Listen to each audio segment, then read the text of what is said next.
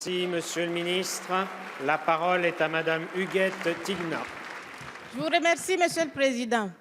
Monsieur le Président, Mesdames et Messieurs les membres du gouvernement, Mesdames et Messieurs les députés, ma question s'adresse à Monsieur Jean-Yves Le Drian, ministre de l'Europe et des Affaires étrangères. Le président de la République, Emmanuel Macron, s'est rendu en Afrique la semaine dernière, accompagné de Mesdames et Messieurs les députés Villani, Bonnel, Julien Laferrière, Lebec et moi-même. Le président a souhaité renouveler notre relation avec nos amis africains et engager un partenariat à l'échelle régionale à l'occasion du sommet Union européenne-Union africaine à Abidjan, en Côte d'Ivoire. Ce renouvellement du lien qui nous unit ne doit pas être un dialogue franco-africain, mais bien un projet entre nos deux continents. C'est à cette échelle que notre avenir s'écrit aujourd'hui. Car l'Europe et l'Afrique ont une histoire commune, une histoire intime. Cette histoire, elle a pu être cruelle, rebelle et belle à la fois. Cette histoire, c'est la mienne, c'est bien entendu la nôtre, nous l'avons en partage. Ces liens sont la force et le socle de notre avenir commun qui constituent la base d'un partenariat égal à égal entre l'Europe et l'Afrique.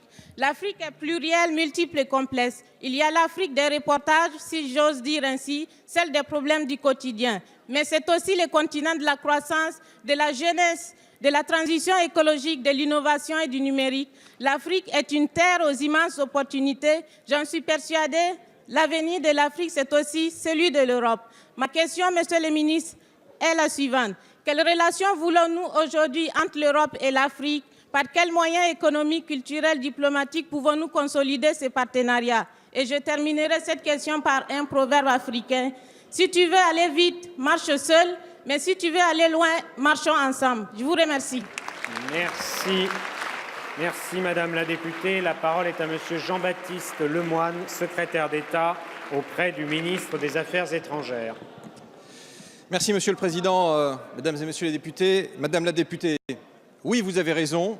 L'avenir de l'Afrique, c'est aussi l'avenir de l'Europe et vice-versa. C'est une évidence par notre géographie, du Cap Nord au Cap, par les échanges humains tissés, par les défis communs à relever en matière climatique, en matière de mobilité, en matière d'émergence, comme le disent nos partenaires du continent africain. Et donc, pour relever ces défis ensemble, il nous faut mettre l'accent sur la jeunesse, naturellement, et donc sur l'éducation. C'est le sens du message qu'a porté le président de la République dans son discours de Ouagadougou, en incitant naturellement à la scolarisation des jeunes filles. La France sera toujours au rendez-vous pour aider les États qui souhaitent mettre l'accent de ce point de vue-là, avec également la projection de campus, et puis naturellement le partenariat mondial pour l'éducation. Jean-Michel Blanquer, ce matin, était devant son conseil d'administration et le 2 février, nous avons un rendez-vous important à Dakar. C'est également à travers l'innovation que nous allons relever ces défis. À Abidjan, et vous y étiez, Madame la députée, les ateliers de la transition digitale ont montré combien l'écosystème numérique eurafricain était dynamique et permettait de répondre à des défis en matière d'agriculture pour l'irrigation, en matière de gouvernance pour l'accès aux données pour les citoyens et également en matière de ville durable. La ville durable qui sera d'ailleurs au centre du sommet qui réunira les chefs d'État de France et d'Afrique en 2020.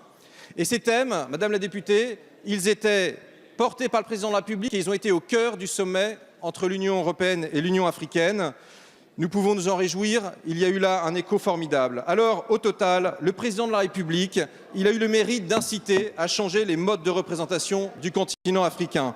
Effectivement, par le mode d'élaboration de ces propositions, et puis je dois le dire, votre parcours exceptionnel est inspirant, et merci pour la contribution qui est la vôtre à ce nouveau partenariat. Merci, Monsieur le ministre.